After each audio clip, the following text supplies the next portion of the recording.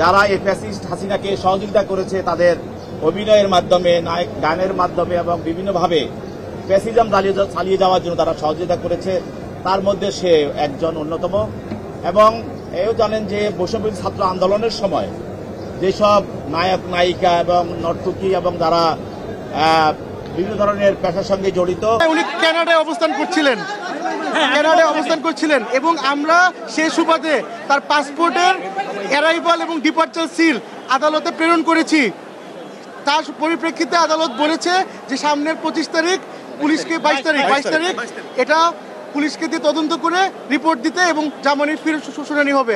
আজকে এই হচ্ছে আপডেট।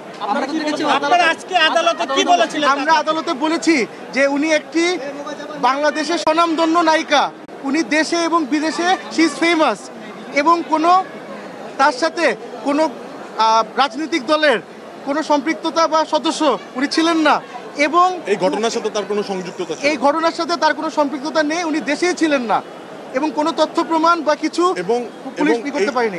এবং সবচেয়ে গুরুত্বপূর্ণ কথা হচ্ছে যে আমার মক্কেল উনি দেশেই ছিলেন না এবং তার ফেসবুকে আপনি যদি দেখবেন সপক্ষে বেশ কিছু পোস্ট আছে এই বিপ্লবের সপক্ষে। এই তো সবকিছু মিলে আমরা আশা প্রার্থী যে সামনের হিয়ারিংয়ে কোর্ট আমাদের দিকে সহায় হবে। করা হয় সেখান থেকে এই বাটা থানা নেওয়া হয়, সেখান থেকে আদালত তাকে নিয়ে আসা হয়। তার বিরুদ্ধে অভিযোগ হলো যে সে ফ্যাসিস্টের একজন অন্যতম সহযোগী। গত 15 বছর যারা এই ফ্যাসিস্ট হাসিনাকে সহযোগিতা করেছে তাদের অভিনয়ের মাধ্যমে, নায়ক গানের মাধ্যমে এবং বিভিন্নভাবে ফ্যাসিজম চালিয়ে যাওয়ার জন্য তারা সহযোগিতা করেছে, তার মধ্যে সে একজন অন্যতম। এবং এও জানেন যে বৈষম্যবিরোধী ছাত্র আন্দোলনের সময় যেসব নায়ক নায়িকা এবং নর্তকী এবং যারা বিভিন্ন ধরনের পেশার সঙ্গে জড়িত, যারা এটার সঙ্গে যারা ছিল, তারা যারা হাসিনার পক্ষে কাজ করেছে তাদের মধ্যেও ছিল, তাদের সঙ্গেও তার সম্পর্ক এবং সেই ছিল ফারিয়া। আজকে আমরা বলেছি যে এই ফ্যাসিস্ট হাসিনাকে বিভিন্নভাবে সহযোগিতা করেছে মানুষ।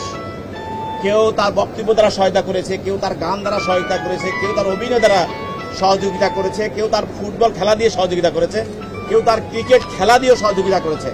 এবং বিভিন্ন পেশায় যারা আছে তারা অনেকে বিভিন্নভাবে এই ফ্যাসিজম রক্ষা করার জন্য কাজ করেছে, যার ফলে বাংলাদেশের গুম, হত্যা এবং মানুষকে পুড়িয়ে মারা এবং মানুষকে তাদেরকে ক্রস ফায়ার করা, এই ধরনের আয়নাঘর সৃষ্টি করার জন্য হাসিনাকে তারা বিভিন্নভাবে সহায়তা করেছে। যেহেতু ফারিয়াকে তদন্তকারী কর্মকর্তা অন্যান্য আসামি যাদেরকে গ্রেপ্তার করা হয়েছে তাদের সঙ্গে তার তদন্তর বিষয় জিজ্ঞাসাবাদ করা হয় এবং যখন এজাহারটা করা হয় তখনও তাকে এই ঘটনার সঙ্গে সম্পৃক্ত পাওয়ার কারণে তাকে এজাহারভুক্ত করা হয়। এবং পরবর্তীতে আমরা জানেন যে এজাহার করার পরেও আমাদের তদন্তকারী কর্মকর্তা তদন্ত করাকালীন সময় তাদের এই ঘটনার সঙ্গে তাদের বিভিন্ন ধরনের মোবাইল ডিভাইস এবং তাদের কথোপকথন এবং তাদের বিভিন্ন ফটো এবং তাদের স্ক্রিনশট বা ফেসবুক বিভিন্ন ধরনের কনভারসেশন তাদেরকে আমরা পাই এই ফ্যাসিস্ট হাসিনার সঙ্গে যারা জড়িত ছিল এবং বৈষম্যবিরোধী ছাত্র আন্দোলনে হত্যার বিরুদ্ধে এবং হত্যার সঙ্গে যারা কাজ করেছে এবং হাসিনাকে যারা সহযোগিতা করেছে, বৈষম্যবিরোধী আন্দোলনের বিরুদ্ধে যারা কাজ করেছে তাদের মধ্যে তাকে সম্পৃক্ত পাওয়া যায়, যার কারণে তাকে আমরা গ্রেপ্তার করি।